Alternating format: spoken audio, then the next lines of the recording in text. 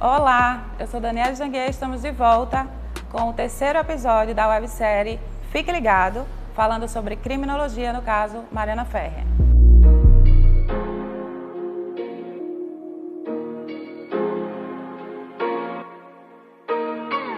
A senhora acha que, nesse caso específico, ela poderia, e aí não é acho, aí é a sua opinião técnica, ela poderia modificar a acusação de estupro de vulnerável para estupro simples, no caso, que aí seria culposo doloso, né? No caso, porque não existe culposo doloso.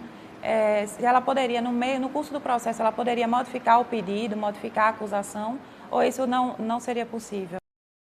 Isso não seria interessante, mas já que não ficou comprovado a vulnerabilidade dela, que foi o ponto X para ele ser absolvido, porque ninguém questionou se houve o ato libidinoso, apesar de ter sido questionado não pelo magistrado, né, mas o magistrado não questionou se houve ou não a conjunção carnal. Ele questionou a vulnerabilidade da Mariana. Mas, como a doutora Maria colocou, caso não consiga se comprovar a vulnerabilidade para termos o estupro de vulnerável, a conjunção carnal está aí. Existe sêmen na roupa dela. Então, mesmo que se venha se questionar se a conjunção carnal foi praticada por parte do réu, mas ato libidinoso foi, porque tem sêmen no body dela. Então, é possível também que ela coloque a questão do estupro e que se teve também um consentimento inicial e depois veio, ela disse não, então também continua sendo estupro. E é como você colocou, como a doutora colocou, o estupro ele é sempre intencional. A questão da mudança da tipificação, né? No caso, o promotor, né, o Ministério Público, ele poderia mudar, sim, durante o curso processual, poderia mudar, recebia a denúncia oferecia a denúncia de uma maneira e durante o curso processual ele modificar a tipificação. Ele viu que não houve a comprovação da vulnerabilidade e tentar buscar o estupro. Ele poderia, o promotor... Enquadrar de outra forma em outro artigo. O Ministério Público poderia, sim.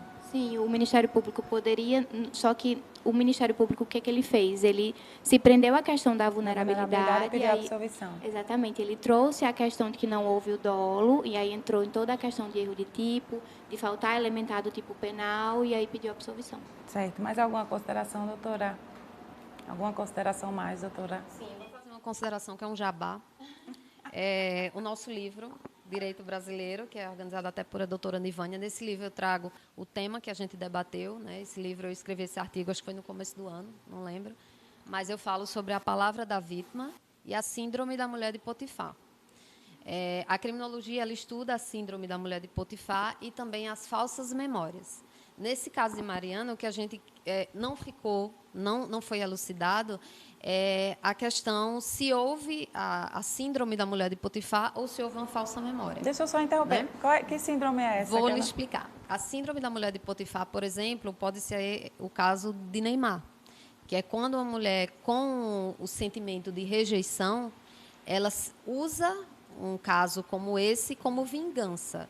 Então, quando ela tem outro intento que não seja jurídico, ela tem uma intenção de prejudicar o homem de alguma maneira, aí ela acusa falsamente do crime de estupro, né?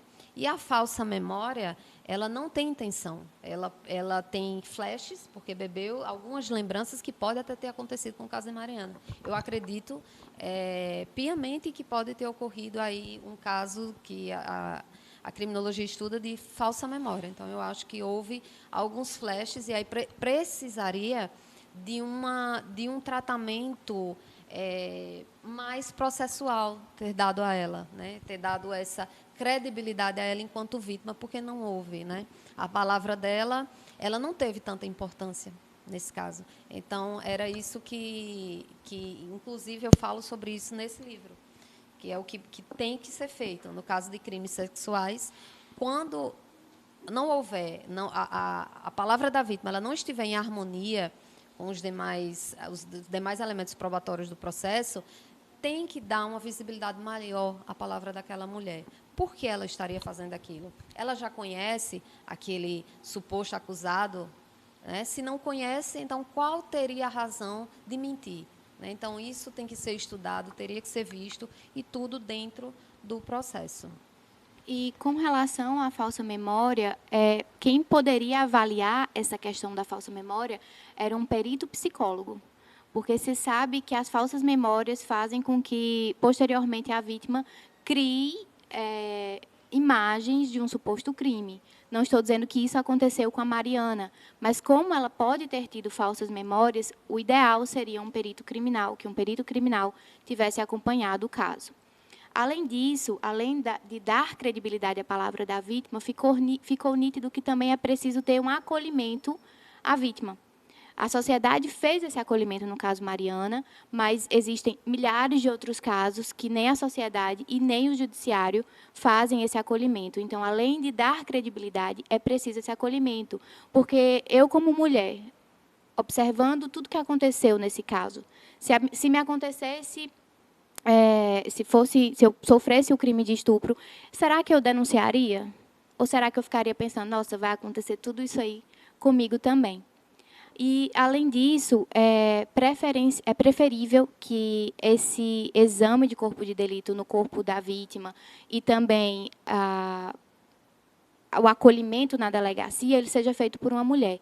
Não é obrigatório, mas é preferível, e a gente entende por quê. Eu me sentiria muito mais acolhida sendo recebida por uma delegada, por uma juíza, do que por um homem. Queria agradecer a presença das doutoras. Temos alguma consideração, doutora Maria?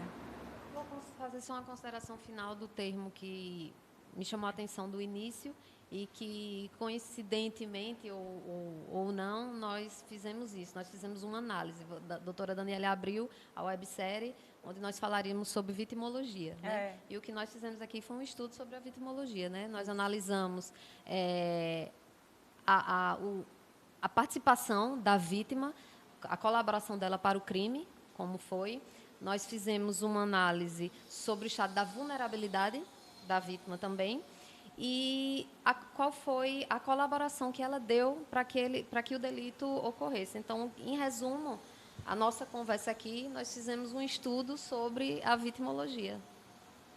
Mais alguma consideração, doutora? Não, apenas agradecer o convite mais uma vez e colocar mais uma vez, né, que o fato de uma das técnicas da defesa ser a culpabilização da vítima, isso não impede que a vítima ela consiga comprovar que sofreu algum tipo de agressão. Então, mulheres continuem falando e denunciando.